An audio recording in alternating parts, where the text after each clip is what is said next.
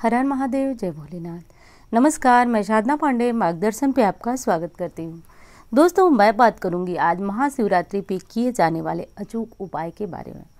दोस्तों, महाशिवरात्रि के बारे में थोड़ी सी जानकारी आप लोगों को देती हूँ। वैसे तो मैं और अन्य वीडियो में भी आपको इसके बारे में जानकारी देती जा रही हूँ।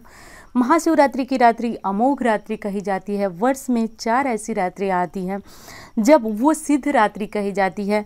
और जो ये अचूक उपाय बताने जा रही हूँ दोस्तों, कहा जाता है शास्त्रों में कि यदि कोई व्यक्ति इस उपाय को श्रद्धापूर्वक आज की रात्रि कर लेता है तो निश्चित रूप से भय, बाधा, दोष, रोग सब कुछ शांत हो जाने वाले हैं, सब समाप्त हो जाने वाले हैं। तो आज की रात्रि सिद्ध रात्रि, अमोघ रात्रि के नाम से जानी जाती है।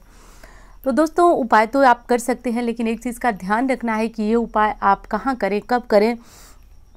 यदि आप घर में पूजा करते हैं पार्थिव शिवलिंग बनाकर, या फिर घर में आपने पूजन किया हुआ है, पहले से आपके शिवलिंग हैं, तो आप ये उपाय आज के दिन कहीं भी कर सकते हैं। कोई ज़रूरी नहीं है कि आप मंदिर में करें, किसी भी समय कर सकते हैं। आप सुबह 1 मार्च की सुबह 4 बजे से लेकर के अगली सुबह 4 बजे तक आप इस उपाय को आराम से कर सकते हैं। कोई समस्या नहीं। घर में भी आप पूजन इत्यादि करके कर सकते हैं, मंदिर में भी ये उपाय कर सकते हैं, ये चीज़ें चढ़ा सकते हैं। तो ऐसा करना आपके लिए बेहद श्रेष्ठ होगा दोस्तों। तो ये मौका बहुत दुर्लभ मौका है और इसको अपने हाथ से किसी को भी नहीं जाने देना चाहिए। तो अलग अलग समस्याओं के लिए मैंने अलग अलग उपाय बताए हैं, तो आप अपनी समस्या के अनुसार उपाय को नोट कर लें और शिवरात्रि के दिन इस उपाय को अवश्य करें। क्योंकि वीडियो आप देखेंगे और इस उपाय को नहीं करेंगे तो आपको देखने का कोई लाभ नहीं होगा। दोस्तों, मैं चाहती हूँ कि यदि आप देख रहे हैं, अपना कीमती समय दे रहे हैं, तो निश्चित रूप से आपको इसका लाभ हो। आप लिख कर मुझे भेजते हैं, मुझे बहुत ज़्यादा प्रसन्नता होती है, इतनी होती है कि मैं आपको क्या बताऊँ। तो दोस्तों, एक चीज़ आपको कहना चाहूँगी और कि आप इस उपाय को पूर्ण श्रद्धा और विश्वास से करें। आज की रात्रि बहुत विशेष होगी, क्योंकि इस रात्रि को हो सकता है कि आपने ये उपाय पहले कभी किया हो, लेकिन आज की रात्रि किया गया ये उपाय कभी बेअसर नहीं जाता है। देवाधिदेव महादेव के विषय में आप तो जानते ही हैं, शास्त्रों को पढ़ लीजिए, पढ़ते भी होंगे, जानते भी होंगे। दोस्तों, कहा जाता है कि जब असुर उनका तपस्या करते थे और वर देने का जब समय आता था तो संपूर्ण देवी देवता महादेव से आराधना साधना करते थे कि हे प्रभु, उस अधम को जो है ऐसा वरदान न दे दीजिए जिससे वो तबाही कर दे, परेशानी कर दे। क्योंकि आप जानते हैं असुर अपने स्वभाव के अनुसार ही तबाही और बर्बादी करते थे भगवान भोलेनाथ से वरदान लेके। जैसे कि आप भस्मासुर के बारे में जानते ही हैं। ऐसे अनेक असुर हुए हैं, लेकिन महादेव तब भी उसकी तपस्या से इतने प्रसन्न हो जाते थे कि वो आगे पीछे सोचना बंद कर देते थे, क्योंकि उनका नाम ही भोलेनाथ है और वो उन्हें वरदान दे डालते थे। तो ठीक वही स्थिति है दोस्तों। यदि आपने ये उपाय कर दिया तो कोई भी शक्ति नहीं है जो आपके कार्य को पूर्ण होने से न रोक पाए। लेकिन ये कलयुग है और हम मनुष्य हैं, हम महादेव के भक्त हैं, हम असुर नहीं हैं। तो इसलिए हमें ये चीज़ ध्यान रखना होगा कि जब हम ये उपाय करते हैं तो अपने भले के लिए करें, अपने हित के लिए करें, न कि किसी के नुकसान के लिए करें। तो चलिए उपाय को शुरू कर देते हैं। दोस्तों, सबसे पहली चीज़ कि यदि आपके मन में कोई काम है जो कि नहीं पूरा हो रहा है, बहुत सारे प्रश्न आपके आते हैं, आपका घर नहीं बन रहा है, आपका खुद का घर नहीं हो रहा है, आपकी अपनी गाड़ी नहीं आ रही हो, तो एक मोटे शब्द में समझ लीजिए कि यदि आपके मन की कोई इच्छा है, आपके मन का कोई काम है, आपका कोई शौक है जो नहीं पूरा हो रहा है, तो आज के दिन भगवान भोलेनाथ के प्रिय डमरू उन्हें अर्पित कीजिए और ये डमरू चमत्कारी रूप से आपके जीवन में बदलाव लाएगा। डमरू अर्पित कैसे करना है? तो आपको डम डम डम डम इसको बजाते हुए महादेव को 5 मिनट तक, और जो आरती है इनकी कर्पूर गौरम, ये गाते हुए शिवलिंग के पास छोड़िए। या फिर घर में आप पूजन कर रहे हैं तो घर में इस डमरू को आप आज के दिन बजाइए, महादेव को समर्पित कीजिए। फिर आप इसे अपने घर में रख सकते हैं, और यदि आप नहीं रखना चाहते हैं तो मंदिर में भी, महादेव के मंदिर में भी इसे रख सकते हैं। लेकिन आज के दिन डमरू बजाकर महादेव को पूजन कर इन्हें समर्पित करें। दोस्तों, डमरू अर्पित करने से वो चमत्कार होता है जिसका आपने कल्पना भी नहीं किया होगा। यह आज का उपाय नहीं है, बहुत पुराना उपाय है, इसे आज ही कर डालिए। अब आप पूछेंगे डमरू कहाँ मिलेगा? तो देखिए, मैं तो कोई प्रमोशन वगैरह वीडियो नहीं है, मैं मंगाती हूँ, मैं अर्पित करती हूँ, इसलिए मैंने आपको बताया कि साल में मैं तो 2 बार करती हूँ, लेकिन आप एक बार भी कर लीजिए, ये बहुत श्रेष्ठ उपाय है। तो इस उपाय को आप कहीं ऑनलाइन ही सर्च करें, क्योंकि मैं भी ऑनलाइन ही मंगवाती हूँ, तो आप भी वहाँ से सर्च कर मंगा सकते हैं। दूसरी चीज़ है दोस्तों कि आपको चांदी के या फिर पीतल के, पीतल के मत मंगाइएगा, तांबा के या फिर चांदी के, नाग नागिन यदि अर्पित करते हैं तो महादेव को वो आभूषण कहे जाते हैं, वो उनका श्रृंगार कहे जाते हैं। तो आज के दिन यदि ये चीज़ें हम महादेव के मंदिर में या फिर अपने घर में अर्पित करते हैं तो इससे हमारे मन की इच्छा पूर्ण होती है। अब आप समझ सकते हैं, हर चीज़ हर काम हम किसी को बता नहीं सकते हैं। जैसे कि बहुत सारे बच्चियों के प्रश्न आते हैं कि हमारा मन चाहा विवाह कैसे होगा। तो आज के दिन आप किसी भी सुनार की दुकान से आप तांबे का या फिर चांदी का नागिन ले आए, अपने मन की कामना बोल दें, भगवान से भोलेनाथ से बोलें कि हे महादेव, आप मेरे मन की जो चीज़ है, जो इच्छा है वो मुझे दे दे प्रभु।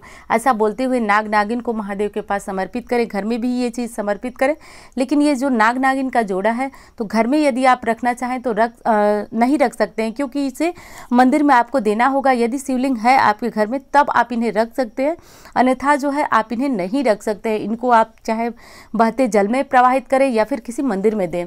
तो आप अपने अनुसार देख लीजिए कि आपको क्या करना है। मैंने सभी ऑप्शन आपको बता दिया। पति पत्नी के बीच यदि नहीं बनती है, पति आपका कहना नहीं मानते हैं, चाहे किसी भी स्थिति में लड़ाई झगड़े, घर में बहुत ज़्यादा कलह हो रहा है, तो आज के दिन महादेव के ऊपर अबीर गुलाल चढ़ाइए। वो किसी भी कलर का होना चाहिए, वैसे कोशिश करें कि नीले रंग का ना हो। तो अबीर गुलाल जो है लाल, पीला, हरा, इस तरह की रंग की 2-3 तरह की अबीर ले लीजिए और इसको शिवलिंग पे समर्पित कीजिए, चढ़ाइए आज के दिन। ध्यान दीजिए शिवरात्रि पे, और ये उपाय आपको घर में नहीं करना है, मंदिर में करना है। तो ये कभी भी दिन के, मैंने बताया सारे उपाय सुबह 4 बजे से, शिवरात्रि के दिन सुबह 4 बजे से अगली सुबह 4 बजे तक कभी भी कर सकते हैं। समय का कोई भी इसमें वो नहीं है कि इस समय पे करना है। तो आप ये कर लीजिए और इस अबीर को, जो बचा हुआ अबीर जो आपने महादेव को समर्पित किया, जो बच गया उसको अपने पास रखिए और आप इसको आज से लेकर के और अगली शिवरात्रि तक प्रतिदिन अपने माथे पर तिलक के स्वरूप इसे लगाइए। यदि पति आपकी बात इतनी मानते हैं कि वो आपके कहने पे तिलक कर सके तो बस छोटा सा तिलक लगाइए। दोस्तों, कहा जाता है कि इससे मन का जो विकार होता है वो दूर होता है, पति पत्नी के बीच जो है सम्मोहन शक्ति की तरह जो है प्रेम बढ़ता है। तो इस चीज़ को कर ले। और जैसा कि मैंने पहले ही कहा कि जो भी उपाय हो वो सात्विक हो, स्वयं के लिए हो, तो ये उपाय स्वयं के लिए ही कीजिएगा। ये कोई ऐसा उपाय ना हो कि आप दूसरे के लिए करें। अगले उपाय की बात करें दोस्तों, ये आपको 5 तरह के फलों का रस ले लेना है। इसको पंचरस भी बोला जाता है, पंचरस के नाम से भी ये अभिषेक जाना जाता है। तो 5 प्रकार के फलों का रस ले लेना है। आप अपने अनुसार जो भी फल हो ले 5 फलों का रस एक गिलास में, एक लोटे में, जैसे भी हो ले करके, और आपको जो 12 ज्योतिर्लिंग हैं, 12 ज्योतिर्लिंग का नाम आपको बोलते हुए अभिषेक करना है। यह अभिषेक घर पे भी आप कर सकते हैं, मंदिर में भी कर सकते हैं। संपूर्ण उपाय शिवरात्रि के दिन करना है। तो ये पंचरस को लेकर के और 12 ज्योतिर्लिंग का नाम, वैसे तो 12 ज्योतिर्लिंगम आप पढ़ करके आप गूगल कर लीजिएगा, मिल जाएगा आपको आराम से। 12 ज्योतिर्लिंगम का जो है कि पाठ करते हुए आप इसको चढ़ाएं और तब तक चढ़ाएं धीरे धीरे पतली धार में कि वो चढ़ता रहे और आपका 12 ज्योतिर्लिंगम आप सुने, पढ़ें, जैसे भी हो, लेकिन वो उस समय जो है वो चलता रहे। तो ऐसा करने से दोस्तों जो व्यक्ति के ऊपर संकट होता है, रोग होती है, बीमारियां होती हैं, वो समाप्त हो जाती है। अगली चीज़, यदि आपको किसी चीज़ में यश प्राप्त नहीं हो रहा है, यश यानी कि बहुत ज़्यादा आपकी बड़ाई हो, आपका नाम फैले, तो इसके लिए ये पंचरस का अभिषेक आपको शिवरात्रि की रात को यदि करते हैं तो विशेष फलदायी होता है। और ये उपाय आप कभी भी कर सकते हैं, लेकिन रात्रि को जो निशीत काल का समय बताया गया है उस समय यदि आप इस उपाय को करते हैं तो बेहद सिद्ध ये उपाय है, इसे कर डालिए। अगला उपाय है दोस्तों कि जिन बच्चों की शादी नहीं हो रही है, लड़की हो या लड़की हो, आज के दिन गाय का कच्चा दूध ले लीजिए, उसमें केसर मिला लीजिए। देखिए, बहुत पहले मैं ये उपाय दे रही हूँ तो आपको केसर मंगवाने में, लाने में कोई दिक्कत नहीं होगी। आप ये मत पूछिएगा कि केसर नहीं है तो क्या करें, क्योंकि हर उपाय का दूसरा मतलब कि विकल्प नहीं होता है, तो इसलिए आप केसर ले लीजिएगा। गाय के कच्चे दूध में केसर डाल करके, और आज के दिन यदि 1.25 लीटर आपको दूध मिल जाता है तो ले करके और किसी मंदिर में या फिर घर पे आप महादेव का अभिषेक करें और मन ही मन ये प्रार्थना करें। दोस्तों, ये उपाय सिद्ध है। कहा जाता है कि अगली शिवरात्रि, जो मासिक शिवरात्रि आने वाली है, तब तक निश्चित रूप से आपको विवाह का कोई ना कोई मार्ग खुल जाएगा। और इस उपाय की बात कहूँ तो मैंने एक प्रदोष पे कराया था, तो मुझे 3 कमेंट याद है, मुझे 3 कमेंट आया था कि उनका एक लोग का तो 1 घंटे में ही उनके विवाह का। दोस्तों, ये बात जो है कि ये कोई ऐसा अतिशयोक्ति नहीं है जो मैं सिर्फ आपको बहलाने फुसलाने के लिए बोल रही हूँ। ये उनका कमेंट आया था और यदि वो देख रही हैं तो ज़रूर यहाँ पे कमेंट करके बताएं। तो उनका बताइए वो कि 1 घंटे में ही उनके रिश्ते की बात जो है चलने लगी थी। कोई फ़ोन आया था जिससे उनका काम बन गया था। तो 1 घंटे में तो नहीं दोस्तों, लेकिन अगली शिवरात्रि तक आपको कोई ना कोई सकारात्मक जो है परिवर्तन दिखेगा। आपके जो विवाह के रिश्ते हैं जिससे आपकी जोड़ी बंधने वाली है, उसका कोई ना कोई आपको जो मार्ग है वो दिखेगा। तो ऐसा करना बेहद श्रेष्ठ है दोस्तों, कर लीजिए।